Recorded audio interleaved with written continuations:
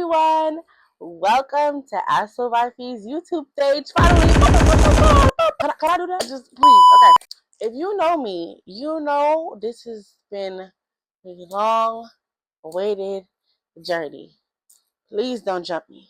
I honestly was a little too scared to do this. I was scared to kind of jump on the YouTube bandwagon. But let us call this one of the first videos within the AsToldByPhi series. But this is a very special video. My name is Phoenix Xiahna. I'm the founder of AsToldByPhi. I'm here to help you both grow and help you to find peace in yourself and in your journey. I'm finally on YouTube. If you're watching this within the first 30 days of this being posted, you are now watching me on my 30-day challenge, my 30-day journey into the lock-in season. Everyone is on the great lock-in journey. And for the next 30 days, I myself am locking in strategically and specifically into AsToldByPhi to grow my platform, to grow my impact. But I'm not just doing it for me, I'm doing it for us. So if this is your first time here, if you are not coming from my Instagram page, my website, word of mouth, welcome to AsToldByPhi on YouTube. Welcome to the family. I hope you find growth and peace here. Now let's get into today's video. When talking about the great lock-in that everybody is talking about, how do I do it? How do I do it? Phoenix, how did you do it? Let's dial back to, what is it, December of 2024. For me, because locking in is not a motivation, locking in, I won't lie, it's not a right now thing. I dedicated 2025 to an entire lock-in, professionally, emotionally, spiritually, romantically, financially, physically, mentally, all of the above. Okay? And I had to come up with a method and a plan that worked for me to do it. There are a lot of people online that talk about different ways to do it. There are a lot of ways that it can happen, and this is just what worked for me. Because for me, locking in is not necessarily about a way of acting, or it's not just a list of goals, not a checklist, even though I love a good to-do list. It's more of a structure, it's a system, it's a way of living. That way you don't have to suddenly lock in. Your whole life is within lock-in. You get to actually enjoy the experience of it, because sometimes we can view locking in as it's got to be a struggle, it's got to be ugly, it's got to be difficult, to be hard, it's got to be by yourself.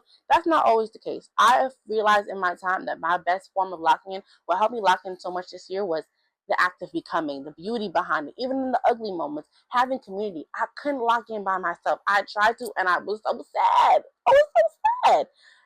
And I realized the power of community in it. And that's why I'm also introducing to you what my lock-in method is here, because I don't want you to lock in by yourself. I don't lock in by myself.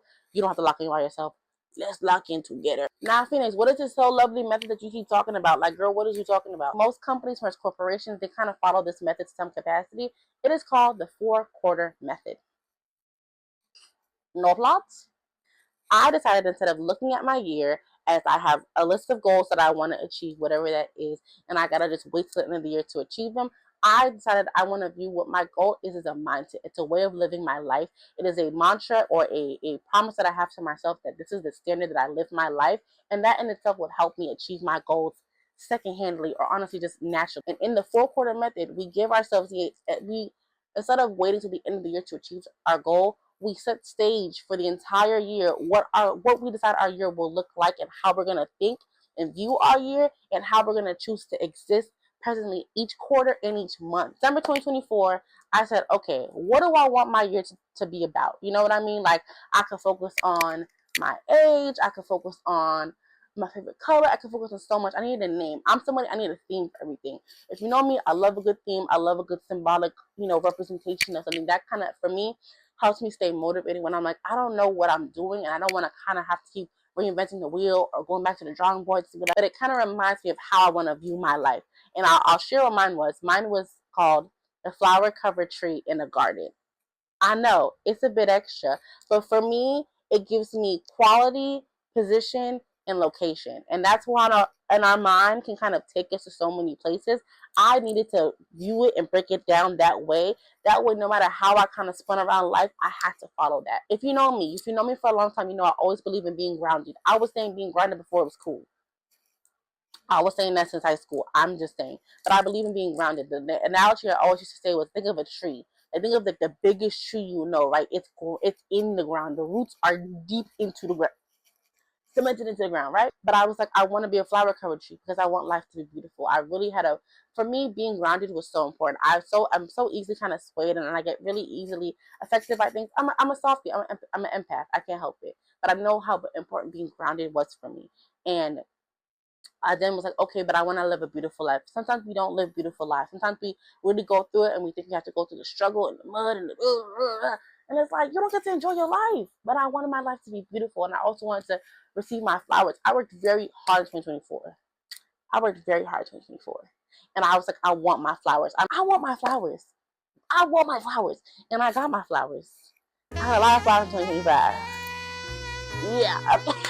Wide garden. I realized how much of the space that I want to take up, especially as a Black woman, I want to take up space in my environment. I want to take up space in society to whatever capacity.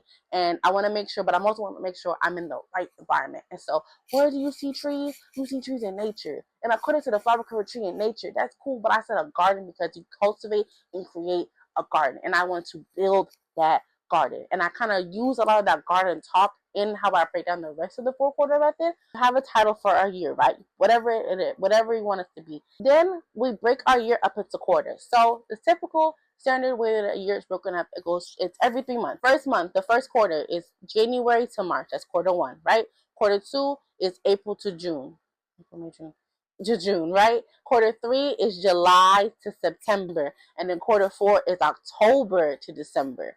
Now, for me, this is how I viewed my quarters. I kind of took into consideration what I knew was happening in my year, and I let that also reflect how I viewed entitlement. So each quarter has a title, and it's in relation to what whatever your theme was. My theme was the flower covered tree in the garden. All of my titles for my quarters kind of had to do with nature, gardening, growth, something like that, but they were very specific, and it kind of aligned with how growth and harvest season works. So quarter 1 was acknowledge the harvest. So quarter 1 is kind of like your foundation season. Quarter 1 was allowing me to kind of really reflect, reset, get ready for the new year, reflect on what I did. At the time, this past year, I had finished school in 2024, October 2024. I finished my master's in education. I knew it was a long year and a half for me. 2024 was a lot. It was a lot for your girl. And I said, I don't want to bum rush into the new year being like, I want this, order that. We just got here. I just got here. Please, please, please. You know what I'm saying? So that quarter was very foundational and like calm setting for me. Quarter 2 was about tending to the garden. It was about, this is where we kind of really did a lot of our work, a lot of like, I took a lot of action into whatever I was doing. I really got my hands dirty because I knew for me that's my season where I'm really gonna get a lot of stuff done. Why? Because quarter 3 for me was a celebratory time. I knew in quarter 3 I would be celebrating my birthday. I knew it would be the summertime. I know how I kind of feel in that time of year, and I wanted to accurately reflect how I know my year typically goes. I don't want to set unrealistic expectations for myself. I know when it's the winter, it's lock-in season. I know in the new year, everybody's so adamant, quick to come up with goals.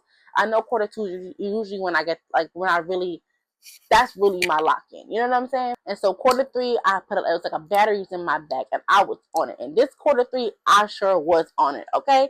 Ironically enough, I was unemployed for a lot of quarter 3, but I had my most successful quarter in quarter 3. I'm actually going to be posting this video in midst of quarter 4, the very beginning of quarter 4, and that's going to kind of be your trusting season. So whatever you title this as, this should kind of be you kind of wrapping up whatever you've done. Maybe this is your grand finale is in quarter 4. That's fine. For me, it's not. It's going to be of a more slower pace, kind of bringing back that, okay, what have we done? Reflecting, another reflection and review of, hey, what did we accomplish? What did we get done? What are we getting ready to build for next? And how do we kind of tie up some loose ends and really add the final touches to the year. And you kind of lean into the natural process you had for yourself. You really get to see, okay, what did I really get done? What did I really accomplish? So Phoenix, why did you do it this way? Like I said, we so easily kind of forget what we accomplished throughout the year, even if like we started in January. Sometimes we don't finish all of our goals. Sometimes all of our only goal is just to start something or to stop something or to finish something. Sometimes our goal is just to get through a season of time. I know for me, quarter 2 was very, very hard. If you know, you know. Really brought light to so much, and that's how I was able to really have so much clarity for quarter 3. And as I enter into quarter 4, I'm so solid. I'm so, I know that could feel a lot. Me even kind of explaining it, I feel like that guy where he's like this, you know what I mean? I feel like that right now. I promise it's not a lot. To make this a little bit more palatable, we break it down even further. So in each quarter, there are 3 months, right? And so each month, I have what I call the input and the output. Now, each month doesn't really have a full-on name, but it has an input and an output. Personally, I needed this because I know I'm doing a lot of self-reflection, and I know I'm doing a lot of internal work, but I know how I want to show up in society and how I want to bring that out, and how I want to kind of use it as a metric to ensure that I'm following what I said I want to achieve is important for me. Your input and your output can honestly be whatever you want it to be. For me, it always kind of acknowledged like the internal work I was doing or the mindset I wanted to have, or maybe if I knew what that month was going to feel like for me, I knew where my headspace was going to be, and I wanted to work on it.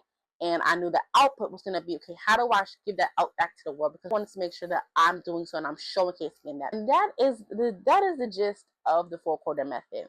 We have a title for the year. We have a title for the 4 quarters. We have we have an input and an output for each month. But you cannot do this haphazardly, casually, passively. We're not doing passive this year. I'm going to hold your hand when I say this. If you are not someone that is organized, or if you're somebody that has a planner that you bought and is collecting dust, we're going to need to find some methods. But I will not jump you right now. I'll jump you later in a different video that's coming soon. There are a lot of pieces to this strategy. It requires a lot. And I myself am a busybody. This is not coming from someone that's sitting there all day. I am ripping and running consistently nonstop. I have found that being really organized has become a new strategy and a system that I've done for well over 10 years, and it's been one of my other most successful strategies that I've implemented. You want to know how really good? I'm using a planner and a dry erase calendar since I was probably 15 years old. That is 12 years. So I'm not new to this. I'm true to this. The biggest game changers that I had in my life, especially integrating into adulthood, was being organized. And in this 4-quarter method, you have to find a method that makes you organized. But we consume so much as human beings. There's only so much up in here that can be held. Our brains are focusing on so many other things. We have so many other inputs coming in. You can't hold it up here. You cannot buy another terabyte to put in your brain. Again, I'm using all of these things tandem in a system that works really well for me. I carve out time and I set my boundaries. That way I can come up with the system and the need to ensure that you have something. Even if you don't have all those things at once, start off with the phone. If you're watching this on your phone or a laptop, you already have 2 out of the 4 things that I listed. You have a notes app, which you can type things out if you're more of a typey person, and you have a calendar. And I know you don't touch that calendar for nothing. The only thing that goes into that calendar is reservations and flights, even if that, and that Outlook that you don't like hearing the noise for. Right. I won't. Who said that? Who said that? I will not touch on that too much. We'll get into that in another video. In order for the 4-quarter method to really be successful, give yourself the right opportunity and the right resources and the right tools by getting organized. That way you don't have to think about what is my plan, what is my strategy, what is my plan, what is my strategy. You have it already written out. And the final piece, their response to this whole thing is reflection. Because what good is doing this? What good is getting the planner? What good is coming up with a title? What good is it going through each quarter if you're not reflecting on whether or not it was successful? There is nothing wrong with readjusting what your quarter looks like. There's nothing wrong with readjusting what maybe you think your trajectory looks like. It's all about metrics. What in your life or what in your quarters or in your month can help you see, hey, I've made an improvement. If you have a business and whatever your 4-quarter plan is in alignment with your business, do you see a profit? Do you see consistency? What are you doing? If it's about your health, do you see a change in your health? Do your vitals look different? Does your weight look different? If it's about a relationship, do you see that your relationship has changed? Do you see that there's more impact? Do you see that there's something else going on? Those are the metrics you're going to use. And the beauty of this is that it's not always, even though I just said it's about seeing an output, the beauty in the journey is that that no matter where you are within this time frame of the year, you're kind of sitting already under an umbrella of alignment. I'm surprised I haven't mentioned that word that much in this video, but alignment is so key. Once you realize you're doing things that are in or out of your own alignment, you kind of already, your brain already starts to talk to you about, like, girl, this don't even got nothing to do with you, or boy, this have nothing to do with you. Like, this has no connection to you. And the more that you do this, you get to kind of revamp and realign yourself towards your goals. Because again, we maybe are not checking off one specific goal. We're not trying to check off a to-do list for the whole year, but we're trying to become more aligned with ourselves to become our better self. And that is honestly what the whole great lock-in is really about. No matter what you hear people say, I'm going to do this, I'm going to achieve that, the importance of it is really how much you become more of a better person to achieve even more. Because, okay, great, you achieve all your goals in 6 months. What you going to do with the other 6? Okay, you yippee who did you become? How do you maintain that?